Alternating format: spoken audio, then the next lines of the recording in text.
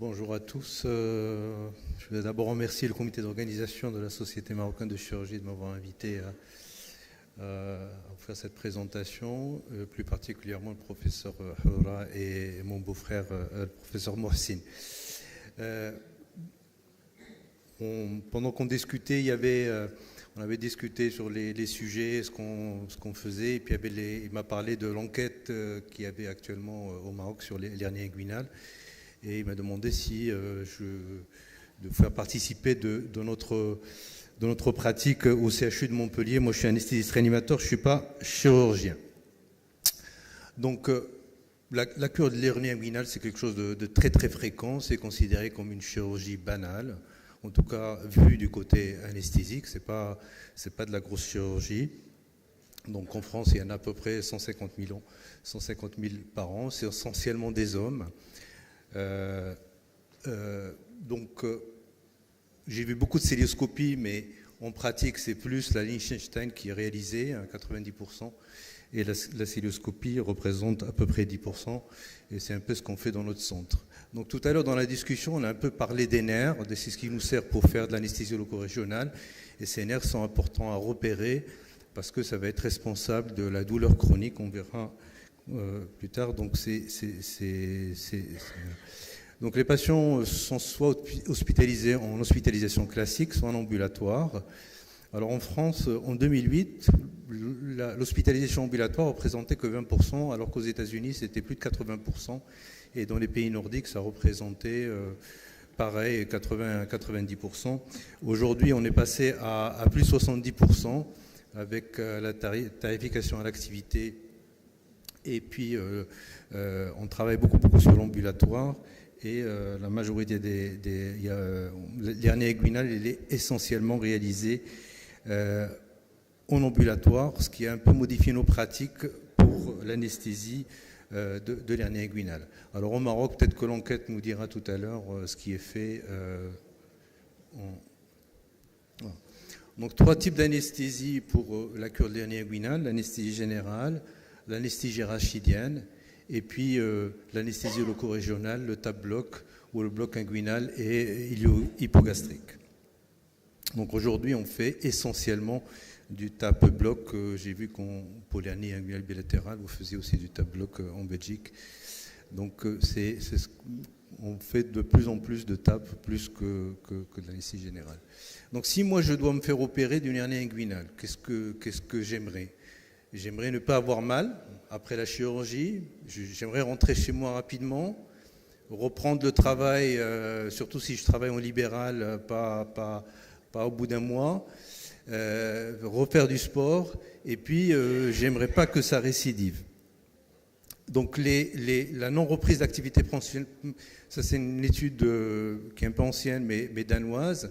Ce qui retarde la reprise d'une activité professionnelle, c'est essentiellement l'infection de la paroi et la douleur. On va parler de la douleur. Donc on a fait une évaluation des pratiques professionnelles au CHU de Montpellier, là où je travaille. Ça a été le sujet de thèse d'un de nos internes qui est actuellement assistant, qui est passé comme interne et puis interne seniorisé, ce qui explique pourquoi il y a eu 2 périodes. Donc on a essentiellement, son sujet de thèse, c'était la douleur au cours de l'hernie inguinale. Et donc, on a regardé si le type d'anesthésie qui est faite influençait ou pas la douleur post-opératoire. Et on a regardé les modalités d'hospitalisation et la satisfaction des patients. Donc, il y avait 2 périodes, de 2014 puis 2016-2017, quand il est revenu en tant qu'interne seniorisé. Et donc, on avait au total 97 patients qui étaient inclus. Ces malades, ils avaient systématiquement des antalgiques, du paracétamol en systématique, du tramadol, sauf si les patients avaient une intolérance au tramadol connu, et le profinide qui était prescrit pour 48 heures, si besoin, si le paracétamol tramadol ne suffisait pas, ou s'il y avait une intolérance au tramadol. Aujourd'hui, on a un peu changé nos pratiques. La majorité des patients ont plutôt, pendant 48 heures, du kétopréphéne, et du paracétamol, c'est du tramadol si besoin.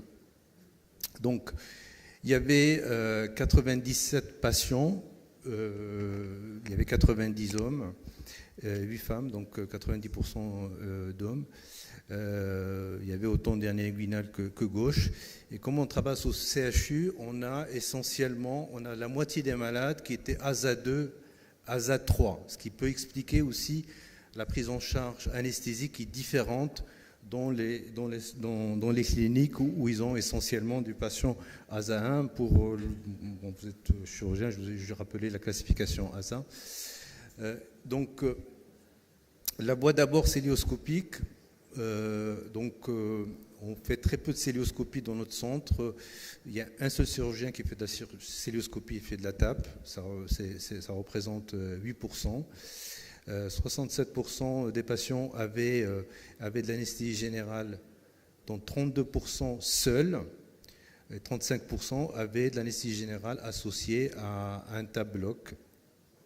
Et de l'anesthésie rachidienne, il y avait 26 patients qui avaient de l'anesthésie rachidienne. Aujourd'hui, on en fait très très peu parce que notre pourcentage d'ambulatoire a augmenté et donc on évite de faire de la rachianesthésie quand c'est des patients qui vont partir en ambulatoire.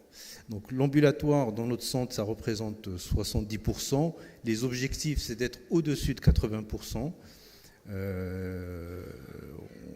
On va y être. Donc 100% des malades avaient du paracétamol et du tramadol, et le kétoprophène, ça représentait 58% pendant la durée de l'hospitalisation. Ensuite, les patients donc il y avait un appel téléphonique pour suivre les patients et donc à la fois le traitement et la douleur post-opératoire. Donc ils avaient qu'un tiers des malades qui avaient des anti-inflammatoires non stéroïdiens. Ce pourcentage a augmenté aujourd'hui. On met plus facilement d'anti-inflammatoires stéroïdiens que ce qu'on faisait avant. Et on avait dans notre cohorte 6% des patients qui étaient insatisfaits. Et puis 10% des malades revenaient pour un problème, soit pour un hématome, une infection ou une douleur persistante, voir le chirurgien. Donc ça c'est les patients en salle de réveil, au repos et à l'atout. Donc vous voyez que il y avait 0% de malades qui avaient une douleur sévère. Et 14% avaient une douleur modérée en salle de réveil. À J5, donc c'était des patients qui étaient déjà rentrés chez eux. Donc il y avait au repos, il y avait très peu de patients algiques. Il n'y avait qu'un malade qui avait une douleur sévère. Par contre, à J5, il persistait une douleur. Donc les patients restent algiques au 5e jour post-opératoire à l'atout. Donc ça veut dire qu'ils vont avoir une douleur à l'effort. Et on a regardé si l'anesthésie influençait cette douleur post-opératoire soit à J1, soit à J5. En fait, il n'y avait aucune différence entre la loco-régionale, l'anesthésie générale seule ou l'anesthésie rachidienne, en tout cas au 5e jour quand les patients rentraient chez eux. Sauf quand on faisait de la rachianesthésie, la douleur à J1 était beaucoup plus faible c'est la seule différence qu'on a trouvée en comparant les différentes techniques d'anesthésie. Donc aujourd'hui, on a un petit peu modifié nos pratiques, on fait beaucoup de TAP, associées ou non à l'anesthésie générale. Dans cette série, il y avait 8 malades qui avaient été opérés que sous TAP. Alors, je ne sais pas, en Belgique, où vous faites du TAP à tous les patients, s'ils ont une anesthésie générale ou que du TAP sans anesthésie générale. Nous, donc, ils ont le TAP plus une anesthésie générale avec post de masque laryngé. Et on a augmenté le pourcentage d'anti-inflammatoires en systématique. En tout cas, on était satisfait avec cette enquête sur la prise en charge post-opératoire. C'est des malades chez qui le chirurgien, quand il les voit avant l'intervention, il leur fait l'ordonnance, ils achètent déjà leurs médicaments avant qu'ils soient opérés.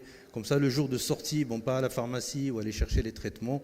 Il leur explique et donc on a été satisfait de nos patients.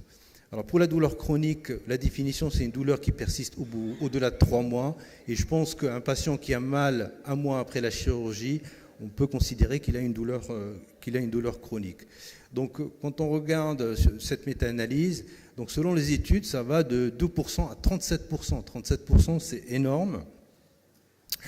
Dans cette étude, on voit qu'il y a, au niveau de la douleur chronique, ça représente 11%.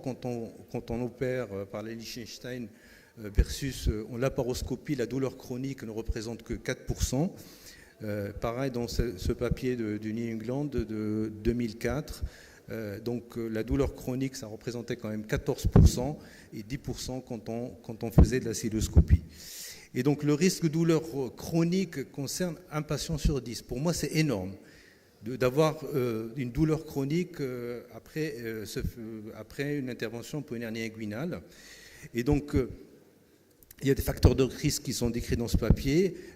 On a une douleur chronique quand on est jeune, quand on est une femme, quand on a très très mal en préopératoire. Donc il faut vraiment rechercher ces patients et les informer du risque d'avoir une douleur chronique.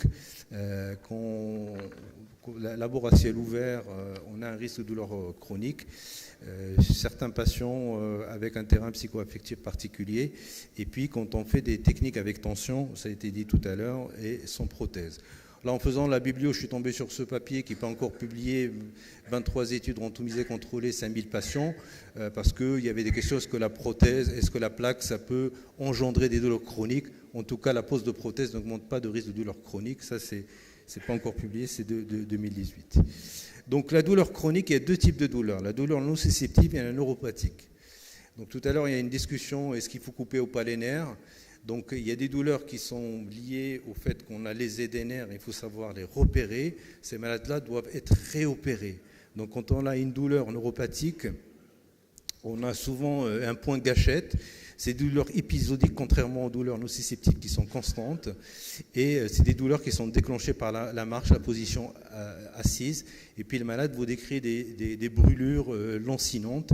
Donc ces patients chez qui on a dépisté ces douleurs neuropathiques, j'ai presque terminé, il faut parce que c'est une indication chirurgicale de les reprendre pour faire une neurectomie. Alors, en conclusion, donc, l'anesthésie loco-régionale associée au non-ALAG est à privilégier. Le TAP bloc aujourd'hui, avec l'échographie, c'est très très facile et je pense... si on peut, moi si je me fais opérer, je me ferais faire un TAP bloc avec peut-être une sédation masque laryngé ou sans masque laryngé. La prescription dentalgique doit être faite en préopératoire et doit être systématique. La chirurgie doit être réalisée par des chirurgiens confirmés. La discussion à laquelle j'ai assisté tout à l'heure m'a conforté dans ma conclusion. Donc je pense qu'il y a un risque de douleur chronique et il faut vraiment que l'hernie inguinale, que les chirurgiens soient formés avant de les laisser faire tout seuls. Toujours informer le patient de la douleur chronique, identifier les patients à risque et les informer du risque de la douleur chronique. Le risque de douleur chronique est plus faible sous cœlioscopie, mais il y a plus de récidives sous cœlioscopie, donc il faut choisir. Mais il y a quand même moins de risque d'avoir la douleur chronique sous cœlioscopie. Et puis, quand on a une douleur neuropathique chronique, il ne faut pas hésiter à reprendre les patients pour sectionner le nerf. Merci.